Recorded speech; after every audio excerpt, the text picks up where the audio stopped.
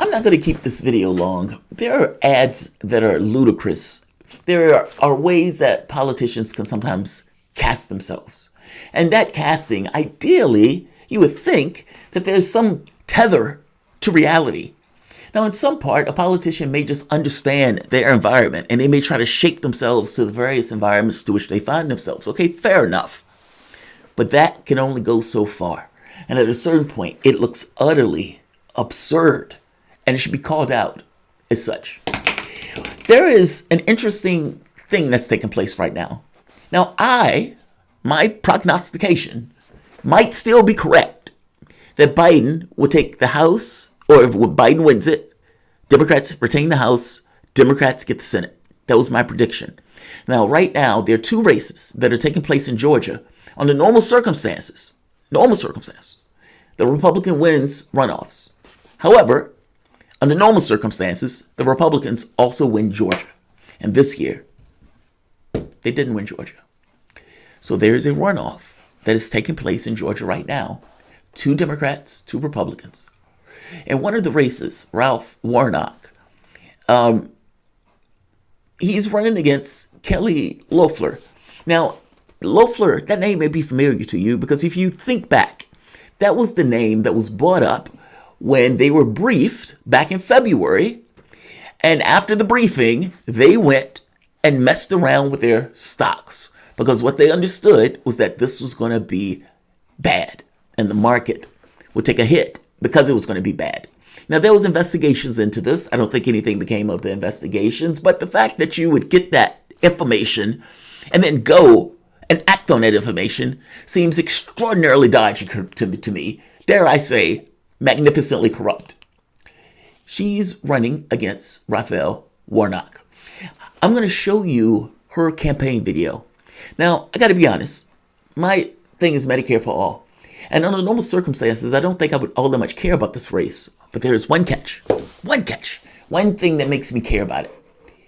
Bernie Sanders has said that if Democrats take the Senate, he becomes chairman of Subcommittee on Health. Now, whatever that means, it means more than the independent senator from Vermont.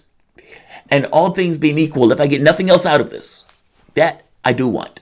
Even though it's going to be undercut by Neera Tanden, it's going to be undercut by all sorts of layers of corporatism that Joe Biden is going to throw in, a militarism that Joe Biden is going to go in. And yet, if nothing else, I still want it. Sanders wants it. I agree with him. He should take it. So it brings me back to the race in Georgia. I'm going to show you a campaign video that Kelly Loeffler put out. I want you to keep in mind that Kelly Loeffler is worth $800 million. Let me repeat that. Her and her husband are worth $800 million. She is nearly a billionaire. She is the richest woman in the Senate. Richest person, in the Senate. So you're going to love the campaign ad that she's running, showing how she is connected with people missing paychecks. No, seriously. She had that shit in her campaign ad. Welcome to the soapbox.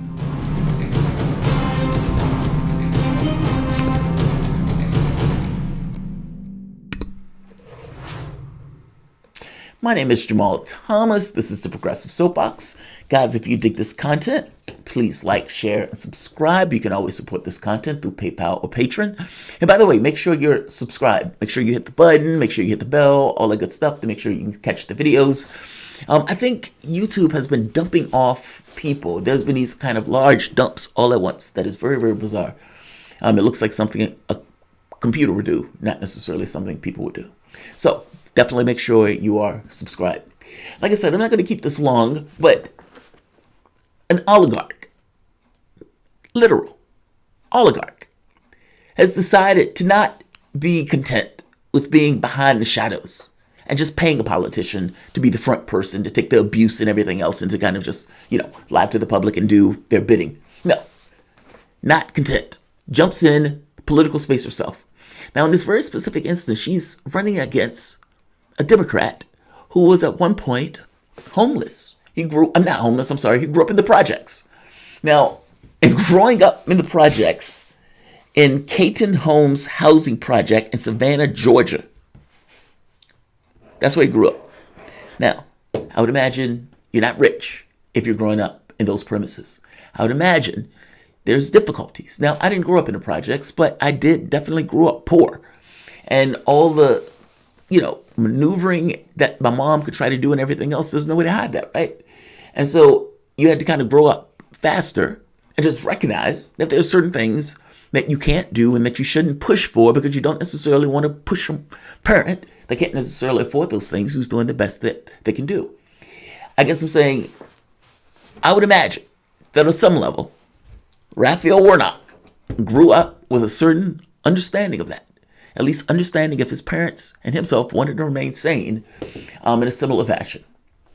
I would imagine if anybody in this race knows what it means to not have a paycheck, if anybody in this race knows what it means to miss a meal, it would be Raphael.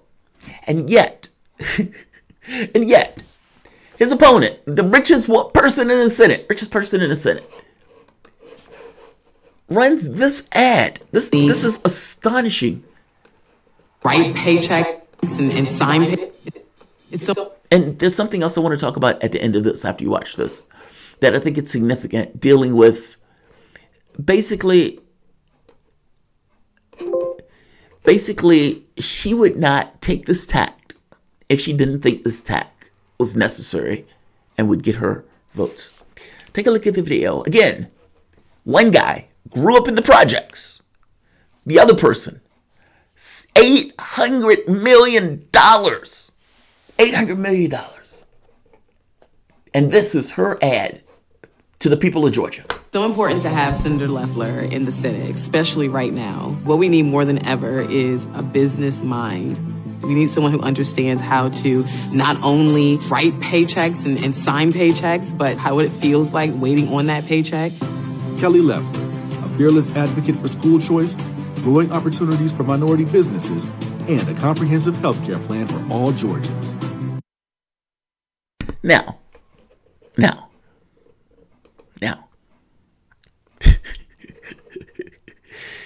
Missing paychecks? She knows what it's like to sign paychecks, and she knows what it's like to go without. Now, look, I don't know if she grew up in an adverse situation, so fair enough. But I would say at the point where you have $800 million in the bank, that missing paycheck thing is a far, far flung memory. I mean, consider for the moment, it's almost like a dream, I would imagine. Like you get off vacation. The further away from the vacation, the more remote it feels. The more accustomed you get to where you are, the more you soak into it. And I would imagine by the time you get to the $800 million, that is a far, far flung memory. The idea that you can have $800 million. Do you honestly believe in any real measure that her life looks like any of those Georgians? 99% of those Georgians, 99.9% of those Georgians, 99.999% of those Georgians have no context to what it means to be her and have that much cash and have a world that's that open to her from the standpoint of the resources and the things that she could do with those resources. She has no identification. You have talking heads on television who are millionaires. They may have some idea of what her life is like, especially because they interact with her on many occasions. But if you're thinking about just the typical Georgian, the person who is making ends meet, the person who had to deal with COVID, the person who had to basically figure out how they were going to get their rent paid, how they were going to get food in their gullet, especially if they were one of the minorities or whites in that country, in that state, that just so happened to succumb to COVID-19. I guess my basic point is this. Of all the people that can identify with the people of Georgia, 99.99%, regardless of whatever their race is, has more identification with Raphael Warnock than they would ever have with Loeffler. All of them are working class. All of these people are trying to make ends meet. And I'm making the point that his upbringing, I would imagine, ensconced him in something. Now, whatever that something is, he might have broken free of that. He's a reverend now, so who knows? But I would just make the very basic point that that's astonishing ad.